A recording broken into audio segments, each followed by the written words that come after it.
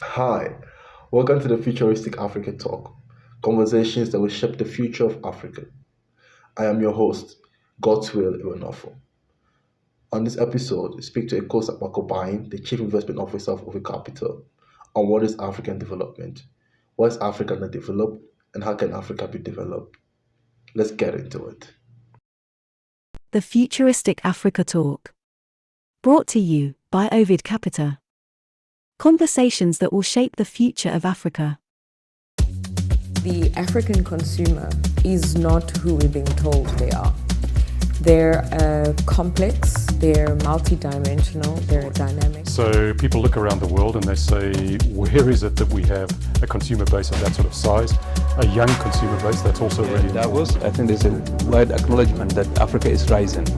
I think we're the optimistic first of the earth, really, because at the same time, Africa doesn't need aid, but Africa needs a lot of inflow of capital from other areas of the world.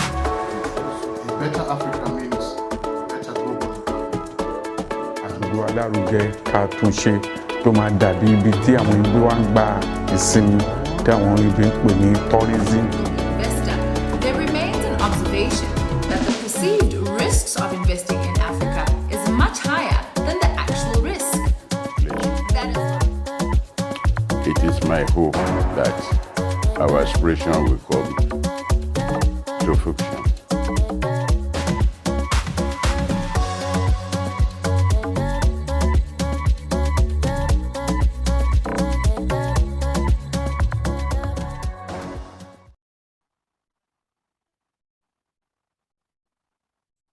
Hello, ladies and gentlemen.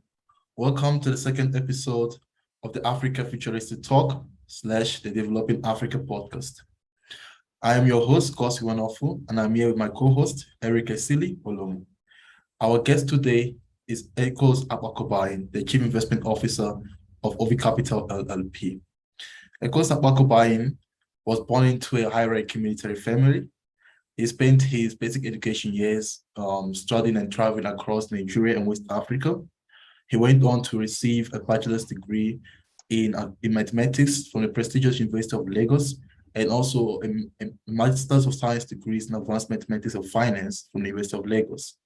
He holds various certificates from the Harvard Business School, from the New York Institute of Finance, from the World Bank.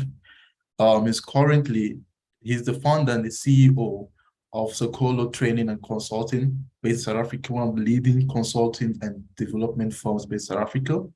He's the founder and CEO of AKP Oil and Lubricants, an oil product supplier based in South Africa, and is a founding partner and chief investment officer of Ovid Capital. The course is very well detailed about the African economy, emerging market, investment in Africa, entrepreneurship in Africa. He has consulted for various government organizations in national level, state level, and city level. And also he has written 2 books. He's the author of 2 books. His first book is the African Progress Initiative, which launched 2018. And the second book, which was published this year, is the African Growth Initiative. Both books are discussing African progress and African development from a political economic level, from a political economic perspective and from an economic perspective. Today, he's going to help us tackle the topic, why is Africa underdeveloped and how can she develop? So without further ado, I would like to hand over to our guest, to my co-host, Eric, to say a few words before we kickstart the session. Eric? Good evening, gentlemen. Good evening, Mr. Echo, and good evening to my host, Mr. Godswill. So Africa, so we are here again for this podcast. And today we shall be speaking on a very, very sensitive topic. That is what? Underdevelopment in Africa. And we are so privileged this time to have in our midst Mr. Ekos, who has lived part of his life here in Africa and now in the UK, doing so many big things. So Mr. Echo, you are so welcome onto this podcast. And today we believe that we shall be learning a lot from you tonight. We're glad to have you, sir. Thank you so much. Thank you so much, Eric. Thank you, Godswill. It's a pleasure being with you guys here. We're glad with this technology now. We don't have to be in person, and it shows how advanced our world has been. And it shows that we have these tools available to us as Africans. Yes. I see a topic today is about why is Africa underdeveloped? There are obviously different angles to the reason. And I postulated and gave some opinions in one of my books called the African Progress Initiative. There's a combination of things. But first of all, I think as much as we want to say Africa is underdeveloped, that's what my book did, was to show the progress we have made. We must all the time recognize that in recent history, apart from most other races, we were one of the last races not to be to get freedom. So if you look at the continent, other places had early freedom. So we were mostly slaves. We were conquered. Our resources have been depleted. And that kind of effect, it took place in a time where the world was very grounded in terms of knowledge in order to manipulate human beings. It's going to take time. It's been taking time. But I tell you that we have made a long stride as a continent, as Black people, compared to some of the things we went to. One of the things I wrote, and I have said continuously, was that many other parts in the world, their lands were taken, their resources were taken, but when it was our time in Africa, our mind was taken. So we were made not to believe in ourselves and our abilities as human beings. I mean, just about 400 years ago or more, people were debating in Spain to consider you to be a human being. I mean, that's how far we have come, to negotiate to accept you to be a human being. That's how bad it was for our race at a certain time when all these kind of ideas were fostering. But today, we are so glad that we're marching up, and we have the knowledge, we have the talent. And I always draw cue from one of the great minds of the Black race, Marcus Garvey. And Marcus Garvey said, you know, God has not been partial to any man or any race. He has given every man the ability to think for himself and to make his society or his nation great. So I don't think we've been cheated. I think when you look at the span of human race and lifetimes that it can be, we're just living in a particular small space of time. If you look at how long the world has been and how long human race have been, and we're just in a particular time and we worry too much. But considering what we have gone through and where we are, I think we've made a lot of stride. We've made a lot of stride. And some of the predictions who early Black folks like Martin Luther King predicted, and he predicted in 50 years there will be a Black US president. We saw that. And some of the things we were thinking that will happen now is happening now. And that's why we are here and doing what we are doing. And no one can take it from us, because God will create Black people who will want to make the change in the continent. And that's what we stand for. That's what Ovid Capita stands for. And I will continue to stand for that. And Ovid Capita will continue to stand for that. All right. Thank you so much, sir. Now that you've dived into the topic and you've spoken, a whole length about a lot of things, from your belief about African development, why we are where we are, etc. In your second book, The African Growth Agenda, you actually wrote something in the very first chapter. You said that currently we are in the third scramble for Africa. The first one was with colonization, slave trade, after slave trade, colonization. The second one was within the West and Russia. And the third one is happening right now with nations, organizations seeing the potential of the rising African, middle class, the rising African economy. Explain that to me. how is that a third scramble for Africa? And when I say scramble for Africa, I mean money always follow where there's opportunities. It's the wrong thing. Why is the scramble? Why is the scramble? Because the scramble is kind of you associated it with the same scramble for power that the West and Russia had and colonization had. Please tackle that for me. Yes, look, these things, it all comes to thinking. One of the things I always say is that everything you see and everything you used to has come from human mind and has come from mind from time, and it transfers and it comes, So for example, if I met you, the one probably thing we'll do is to shake hands, and you think that's a sign of a good gesture. This is someone's mind that has come and we've accepted and not. The same thing if you're in Asia, you probably bow. And with time, someone may object and begin to push such agenda and stop all these kind of things. So we see many things in the world and battles of ideas, and we must understand that that's what the world is really about. And these ideas also come with technology and different forces. So what I'm saying is that before what man is today, and some of the things we condemn today, like safe trade, there's so much in the Western media about slave trade, but this was normal a couple 100 years ago. This was normal, and many of the things, unfortunately, that are barbaric now. This was normal, and to get that change would not be easy. So what I mean, in fact, is that man was coming from a situation where he wasn't much developed, and the way he thought he was to be able to get resources was to go somewhere else and take it. And that's what you call stealing. In the olden days, it wasn't called that. And even if when you look in the Bible, they made it look so nice. So this is what we've experienced. We've experienced a world where we're coming from, in a world where the Western world and developed countries, they stole basically. They came, they went all the places and they took their resources and they're trying to do that. And one of the reasons why was that there was no technology to enhance, there was no technology to give security in their own places and land. But today, that's a little bit changing. But since we're coming from that world, that has defined the current world we have now, even though it is shifting.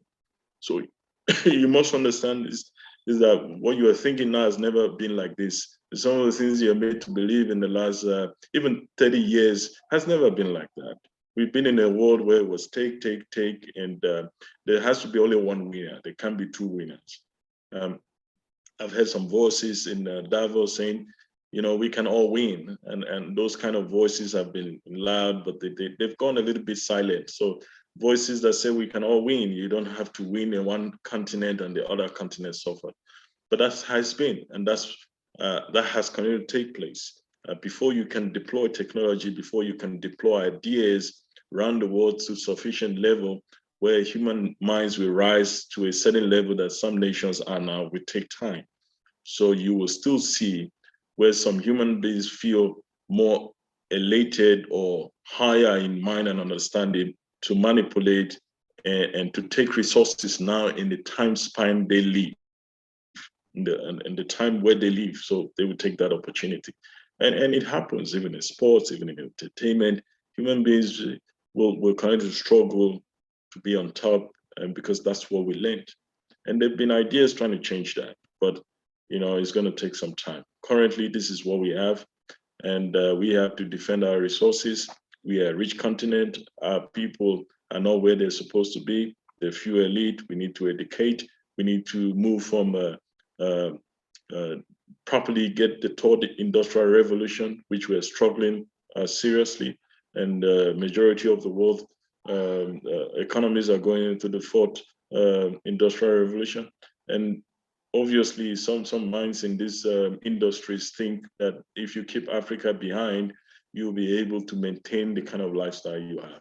And this is not a wishful thinking. This is something I've heard over and over again, and this was worries we had from major economies. An example was in 2004 when the world meat prices was going up, and it was traced to India having a better economy, and the poor Indians were trying to have a better life and able to afford beef. And the West was worried that this was affecting the price of beef.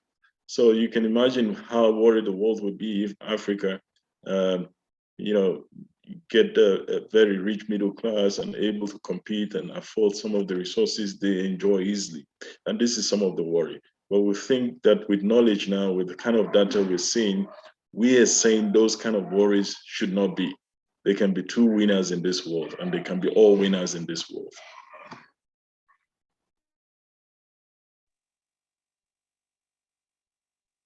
Okay, thank you very much, sir. I have a question, and this is my question. When most people think of Africa, they think about poverty and unrest. And many think of Africa highly, through a disturbing photo of a starving child or children, and what Africa living under wooden huts and without roofs over their head. Do you think, as someone who had lived in Africa before, still think about Africa in that light? I'll tell you something. I'll give you an example, first of all, one very simple example. In 2010, South Africa hosted the World Cup.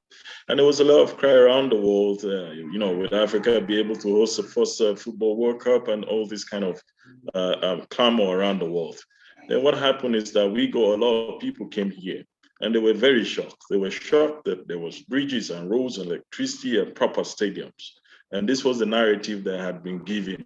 There's certain reason why those kind of narratives has been given around the world. For us, unbelievable. I mean, Africa is one of the best places in the world. Unbelievably amazing, rich fruits, everything, good people, strong people. And for example, I think it must have been in Japan, they tried so much to try to find out the origin of the Japanese and the Asian race. And scientists at work, and they put a lot of resources to claim that the Japanese did not come from Africa. What I'm trying to say is that all race originated from the mother continent. I'm sure there's more people in the continent trying to do researches just to feel comfortable that they did not come from here. The air, everything, Garden of Eden, or what you want to call it, the source of life for human race was in Africa. And there's nothing anybody can do to change it. And the black woman, the black gene is the original gene. And there's nothing anybody can do. So there's a reason why, and there's different reasons people are saying, why we now the poorest? We're the strongest, we're supposed to be the smartest, we're supposed to be the most blessed, but what has gone wrong? Well, I'll leave that to more people to figure out. But for now, and to answer your question, of course, Africa is not what people claim it to be. And many people have been amazed in the West and other areas in the world when they come here. Sometimes they say, when you tell a lie, keep telling it and it becomes the truth. And so we don't want to tell lies. We want to say the truth so it keeps being the truth. We now have the tools like what we're using now. We have to make our voices heard. We have to develop our continent. We have to protect it. We have to create an opportunity where Black people will have the dignity they deserve to live in this world in these times we have. Thank you very much, sir. Thank you so much. Now, still going further, you made mention that we've made some reasonable strides. And now, what is your take about the African leaders? Do you think that the African leaders, that they've done enough? Because also when you spoke about then, and African has to be, it's a dumping ground, or people just come, they take and they take and they take and they do not give back. Now, let's take Congo, for instance, where the coltan, the major raw material used in the production of the mobile devices that you and I use today. Now, we all can see that Congo, to a reasonable extent, they've not really done much. There's still issues of healthcare, unemployment, and all of that, still grappling with that country. So what do you think about the leaders of these countries? Have they done enough for the people, using Congo as an example? Look, it's very easy to condemn. And that's, while we want to be critic, we do not want to just remove everything. And one of the reasons I do that because of my studies. I will say a few things. First of all, I will speak about the education. And for current contemporary education that we have, like universities, I attended an event where I was with the 13th former head of states in African continent, 13. And this was a privilege. And only then, and these were mostly some founding fathers in their countries. And we realized, I was informed, and the question posed was, what year do you think Oxford University was formed, or Cambridge? And, some people say 100, 200 years ago. And in fact, it was over 1,000 years ago. Some people had knowledge in the West over 1,000 years ago to be able to manipulate and study human minds and control beyond what you expect. And this was quite scary because we knew that. And when Africa was having its independence in most nations, we were not given the tools to be able to the proper education. I realized at the time that we were given only education to be able to communicate with the master. And for many years, we did not have proper education. And although we can trace a lot of what we go through to superior knowledge using manipulation. So that's on one hand. And the second thing is that when you measure your success and your growth from your independence to what happened in advanced countries, you will make a mistake. You can use sport, you can use soccer, you can use some clubs. I mean, the strengths and the resources they have shows you that it's very difficult to make those comparisons. So when you make those comparisons to what you have been, a oppressed nation, under civilized, people from very rural, hardly could speak, knew maths, knew nothing, and to where we are now, these things are bound to happen. And some of the things we see in the continent, where I wrote in my book, where we see Black oppression, these things are bound to happen within a time in history. So many of the things we see in the West tries to cover it up, like they didn't go through all of this, where people wanted to be authoritarian, wanted to have a lot, where it was nice to have more than everybody else and be greedy and oppressed. The West had more than that. They had, it's barbaric, it's embarrassing when you see it, where people were killed and maimed, and they're removing all of this in their history. So while we're not saying that's good enough, we're not even near the greed they have had. And when we look at that measurement, we'll see that we have come a long way and we need to push. We need to understand. Human beings get more fulfilled. There will be line of history, lines of generation showing that, oh, my father was rich, your father was rich. Riches is not anything. Riches is more in the mind, and we begin to understand that. The things that drove my father to succeed is not the same thing that will drive me or drive my son. And this kind of movement as a race will begin to reduce some of the things we see. Why do you think people are happy not to have slaves anymore? Why do you think people want to protect children and women in the West? Because of more plenty, because of more development, because of science and technology, and the human race is evolving. But one has evolved more with a lot of debt behind, and they want to claim that they're more, better, and wiser, and all of this. And coming back to examples of the Congo, yes, sometimes I do not want to blame, but who uses those resources? There's a lot of influence from outside to make sure these leaders behave like this, to make sure they continue to exploit their people. And they do not know much and don't know more. And some of the kind of knowledge we're experiencing now, and the things we're trying to do, hope betide you. We are glad, we're great that we are having the kind of knowledge and the kind of minds we have, because we don't think anymore that we're just human beings to reap and eat and sit down and to take. We understand that we have been put in this earth, just like the words of Nelson Mandela, to say your duty is to make sure the life of the next person is better. And when you hear this kind of words coming from your leaders and you embrace them, and these were words that were never spoken to our people, and we begin to understand that it's not just about the car you drive or a nice suit you have.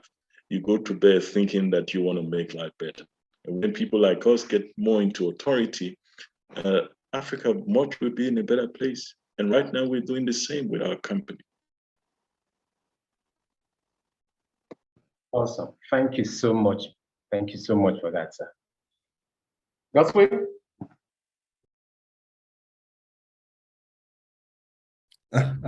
Thank you so much, sir. When you're speaking, I feel like I can just listen to you the whole day. Why didn't you become a lecturer, sir? I mean, you have a you have a huge arsenal of knowledge that you can pour out with the way you go through different topics. It's beautiful. On top of that, I just wanted to ask you. So you have in your last last answer, you gave different understanding about what development is, but I didn't properly understand you. So I want to touch on it to say, what is development from your definition? Because you say we cannot compare ourselves to Europe on how they have developed from where we coming from, where we're dependent. So what is development to you, right? And on top of that, if possible, how can Africa properly initiate our own development? Thank you, sir. You see, right now, that's what I'm saying. We must define it ourselves as a continent, as a people, as leaders ourselves. I'll give you one example. Many years ago, when I started living on my own, I never had a cable TV, a satellite TV. I never had the opportunity. So I had a regular TV. It was fine. Everything was good for me. And but as time went on, I knew people had that, and it was something nice to have. You get more information and more channels, international channels. And when I had this, for me, I felt I was better. I developed, but I had developed already having the previous one. And when it was taken away from me, I couldn't afford it due to some reasons at the time. I couldn't go back to the old one. I was worried. I thought life was terrible, but life wasn't terrible. It was all in the mind. In the 18th century in England, when slaves were brought to England, they used to give them lobsters in prison. Lobsters was their food in prison. The prisoners, some blacks, they wrote that, we're tired of eating lobsters. This is for poor people. And today, lobsters is for the rich. Of course, there are other reasons. But sometimes your level of development comes with your people and what you decide. If you use the West as a measurement for your development, you make a lot of mistakes. What I think in development, what we need to do, first of all, education is important. Education makes a mind very productive and transform a normal human mind, which is just static. And what I talk about education, what it does, coming from a science background, is that when you look at every conductor has what we call electrons in them. And those electrons, they just bounce in and nothing happens. When you give it an energy like electric current or magnetic current, they get aligned and they start to flow in one direction and they pass energy. And that's what happens. When a mind is born, a human mind is born, without formal teaching it knowledge, the head just flows with nothing. The cells are there, but there's no energy to make it focus, to change its environment. And that's the one thing we have that animals don't have, that insects don't have, that sea creatures don't have. That's what separates us from all the creatures God has created in this earth. So one of the things we need to do is to make sure we improve the capacity of our human beings in our continent by giving them education. The more people we have educated in a way, not just all in a way to go to school and cry out degrees, in a way to educate them to change their environment, to understand plants, to understand animals, to understand, even if it's the African way, that is a mark of development. When you look at countries in our continent, I think Korea is one of the countries, in Japan, they have done great well They have 80, 90% educated people in those countries. And when you look at in some countries in our continent, it's very poor. So we need to invest more in education, formal education, and then advanced education in terms of university, having your BSc and MSc and this kind of education. At least if it's still in 40%, 50% university education, formal education, you can hit it up to 90, 80%. That's proper development to me.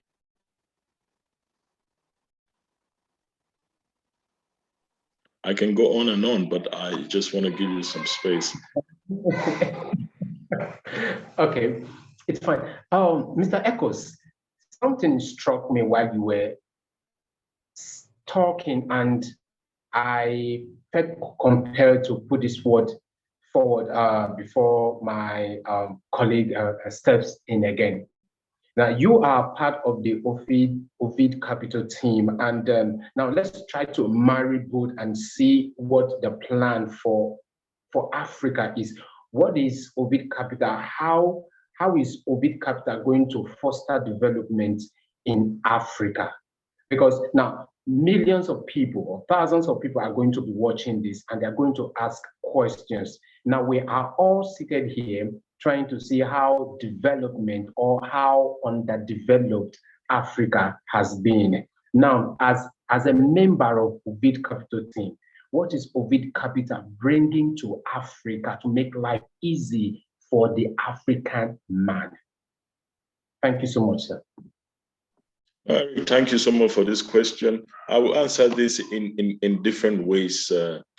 One of the things we felt was very important was belief. And trust me, when I spoke before, I said most places in the world that were conquered, they took their land, they took their resources, but in Africa, we took our land, our resources, and our mind. And this mind, it comes in different ways. We'll talk about that some other time. And what we're saying is that we want to bring back us, especially young people, have beliefs in themselves. And one is in ideology, and then two is doing the work on the ground. What we have seen over my understanding and time is that we've seen, and it's happened to me and people around me, where we don't believe in ourselves. I had a situation where one of my forte and handy was in IT, and I was quite good in IT in my days. And I had a friend, and this was many years ago, maybe 20 years. And he had his laptop computer had a problem. And he kept saying it, but he never brought it. He knew I was in IT. Nothing crossed his mind to give it to me to try to fix his computer. It never crossed his mind. So he took it everywhere. About 3-4 months, he kept moaning and saying his computer doesn't work here, taking it to several technicians and it never worked. And he'll call to me, I say, friend, why don't you give it to me? Let me check it. And he looked at me with a stare and said, you fix it? Do you know I've taken it to so many white people and they couldn't fix it? And immediately it occurred to me that he never looked at my knowledge, he looked at my skin. And this is what we see all the time. And I'm always challenged. And I said, I wanted to repair it more. I said, bring it. And it was so disappointing to me because it took me less than 10 minutes to sort out his computer. And that stayed in my brain for many years. And I continue to see this as we go in banking, investment, and some of the things we have been doing as Ovid Capital is that people will look at us and it doesn't fit the name. It doesn't fit the look, and people are worried. And that is some of the reason why we've not been able to do the things, the simple things, because our minds, Black people, has been stolen, and we want to bring it back. And so what Ovid Capital is doing is because we know, and we're showing the example. We're showing that young people and Africans cannot fold hands and cannot wait for leaders. And when I talk about leaders, political leaders and presidents, those are not the only people who build nations. We have to build nations. We have to come with those ideas and strap our boots and go on the ground to make it work. And what we saw over the years is that a lot of African young folks have great ideas and opportunity, but they're not given a chance in the real world because of investment. And that's what we have been doing. We are raising those capital ourselves, and we are taking those investment to the young people. Even if they fail, it's because somebody believes in them. And research has shown while folks somewhere in the US and Europe has 90% chance to get his capital and his business going, even if it's failed, and support to succeed, and a Black folk in this continent. And this is a fact. So we want to fill that gap. We know that a lot is happening in the US in the people of color space and investment. A lot of work has to be done. And when this work is done, people realize that you will not have an opportunity, not because you were Black, but because people didn't invest in Black people. And that's what we're doing in the continent. And one of the major things is that we know that the major brands, the companies that will transform this continent are the young people, and they need support. And when we are talking about the support, there's the encouragement, the mind, and the resources, the capital to do this change. What you see around the world, all the development you see around the world has cost the world a lot of billions that have gone down. It's not all the companies that are succeeding now have succeeded. And this investment has to be made for a few of these companies to give us maybe even some of the technology we're using now. But it has to be done. And we want to fill that space, and we are filling it as Ovid Capital in the continent.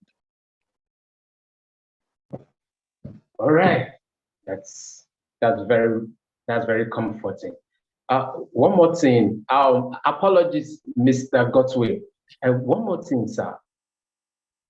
Now, when you talk about investment, there's so many Africans out there who are not privy, probably weren't taught in school about how to properly invest. And over the years, we've had companies who come to Africa, okay, you want to put your money, then at a particular time, then you expected to get that money out. Now, what makes Ovid Capita different from every other companies who have come to Africa, but to talk about investment? What makes Ovid Capita different? What separates Ovid Capita from these companies? There are a few things that make us different. One thing is that we've had Western education. Founders have lived in the West, understand how the West think and how they do things. And we've grown up in Africa. We're young, we're energetic, we've been successful in the continent and also in the West. And we know how to bring this together. And the other thing is that we know what is called rhetoric and talking. And we know how to also make investment grow without really doing anything. And that's what we've seen. Our difference is that we want to make investment, and we can point you to that success story, that company, not to take money, go to stock market and buy just stock and don't know what is going on. That's not what we want to do. We're more focused on private equity, and we're doing some VC where we mentor companies, young folks, the companies that will make this continent great. We can see the money grow. We can see who's the CEO. We can see how this company is growing. We want to put them in stock exchanges. We want these companies to grow from medium or small companies to become multinationals. That's what we want to do. We know how it's done. We've seen it. We've been in the processes. And that's the difference with Ovid Capital.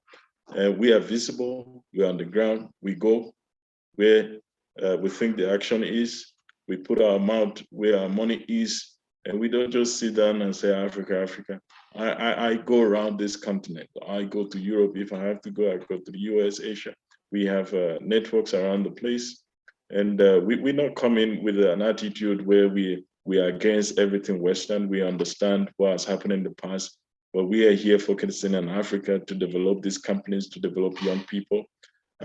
We are identifying companies across the place. Get you. Don't think we are one Messiah coming to save the continent. There's nothing like that, okay?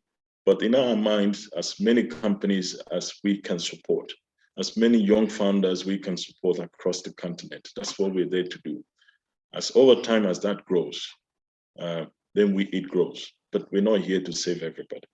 But what we do, we know it will be effective, It will make other people believe in themselves. It will also create competition. Other companies will spring up like us to imitate what we're doing. And we believe that's good. As long as we are doing our part, we will go to bed at night sleeping very well. Thank you very much, sir. Mr. Godswill, I believe you have so much to say right now. I apologize for speaking. Yes, Eric, I have so much on my side. Firstly, so you speak a lot about how Ovid Capital, is mentoring, investing startups, doing all of this. May you please break that down for us? How is Ovid Capital really impacting lives on the continent? I mean to say, in the last episode, we had Anthony here. I speak a bit about healthcare, real estate. So may you please go into the sectors we play in and how Ovid Capital is doing that. I know you're pressed for time, you're a very busy person. So may you please touch on that for us. Okay, thank you. I know that for some of our viewers, to understand what a private equity company is, I'll just touch on that basically, and then it tells you what Ovid Capital does. A private equity company usually basically start up a fund, look for investors to invest in those funds. Usually they're high network individuals, and they put in a lot of money. And it can be individuals or pension funds or insurance company, depending on your regulation. And they pull in this money, a couple of million of dollars, and the private equity companies go and buy off companies and watch them grow and then sell them for a profit. Basically, that's what a private equity company does. So, but what happens in that, which maybe in another time I will explain to you how that affects the world and affects us, is because, they just raise the prices, raise the production of better companies, and we at the lower end, we suffer. And so what we're doing as an asset management, partly VC firms, and private equity company, understanding investment, what we're doing is to bring those investment, get those investors, and insist that we are going to invest in companies in Africa, in companies affected by young people, by women, that will create jobs and push those companies. And companies that the normal traditional private company will not look at, they don't believe the metrics, and they will not look at, we will look at those kind of companies, and that's what we've been doing. And also what we also doing with one of the things we call security token is that we understood that we do not have the mechanism to pull resources, small resources from different people to believe in themselves in the continent. So for example, I'll say very clearly, if you look at Africa, Africans are very religious, Muslim, Christians, and they go to church, and this was brought from the West. And so you will see a situation where churches are being built, and this is not really investment. Yes, it's good for spirituality, but it's the people that build these churches. They go every Sunday, they put in token of money, and they put in money. And at the end of the day, there's many churches, but there's no job. And so what we have done, and we looked at that and saying that, if we can get some of these people to buy a token and hold that token, we'll take that money and do exactly what we said. Invest in their community, invest in their companies, those young folks that have ideas, give them the mentoring, give them the support to become proper companies. And when you say company, a company has to provide something. It has to solve a problem in society, and that society becomes transformed. And while it's been transformed, that's how we make profit, because it's doing something on the ground. And we have certain sectors we're working with, we're providing, you've mentioned healthcare, energy, fintech and all these things. So they will provide solution. So that's how those economies transform. That's how they develop. It's creating jobs. It's solving a problem in society, and not just building churches. Yes, we're not against that. We understand it's good, but we want to take the resources of our people, put it together, and create development. All right. So last question before I let you go. Money has been coming to the continent from the early 1990s. Even prior to that, during the Cold War, more money came in through aid to support, support allies of the various bipolar world powers then. And so on more money is becoming into aid, it is say during the early 2000s, a lot of investments.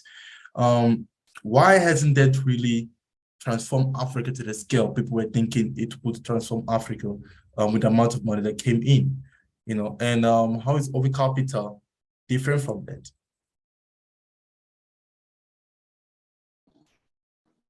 Look, I've said it many times, and Africa don't need aid. Africa needs investment. One of my mentors is called Mohamed Yunus. He's a Nobel Peace Prize for economics. He's the one that founded the first microfinance bank called Greening Bank in Nepal. And there's another guy called John Pollack. And Pollack had done a research in the 1970s and did research in Southeast Asia and the kind of poverty. And what they found out that trying to help people out of poverty, it's not by giving them free handouts. It's by investing in them. So that's why they gave them loans. And they went to poor people in Nepal and Bangladesh, and they found out that they were scared to take these loans. But as soon as they took these loans, they were able to pay back, and they came to take more, and their businesses grew. And they were able to transform, and more people took loans than just giving people handout. And this research has been widely done. So I don't understand, and it's called, at the time it was called green charity or something like that, whereby you're not just giving people free gift, you're investing in them and giving them capital either to pay back or investment which you share. So clearly this is not for me only, it's a well thought out research. So we know for a fact, and we've seen it, the West bringing aid. First of all, those aids go to Western companies who get the contracts to bring this kind of free food and people. Aid helps in some places in disaster, but what you need to do is to bring education, show them irrigation, show them farming, show them. There's a common saying: it's better to teach me how to fish than to give me fish. And this is what you need to do. And when you do that, human beings have dignity of life. They have purpose of life to give back their token to the development of the environment and the world at large. But when you dash handouts out to people, you reduce the mind from thinking. You reduce the mind from using the resources and the power it's been given by the Almighty. So we want more investments. We want more beliefs and aid. All right. With that said, thank you so much, sir. Thank you for availing yourself. Thank you for being here, for shedding light on the topic. Why is Africa underdeveloped and how can Africa develop? I know you're a very busy man. You've overstayed your, the appropriate. You have overstayed the estimated time. So thank you so much for that. Have a lovely day, and keep up the good work you're doing. So Eric, is there any other thing you have to add to what I'm saying? Thank you. All from me at the moment until we meet again. Thank you so much, sir, for doing justice to the topic. We appreciate you. Yeah, thank you, Godswill, and thank you, Eric. Thank you for the work you're doing and the beliefs you have in our people and the continent. Thank you so much.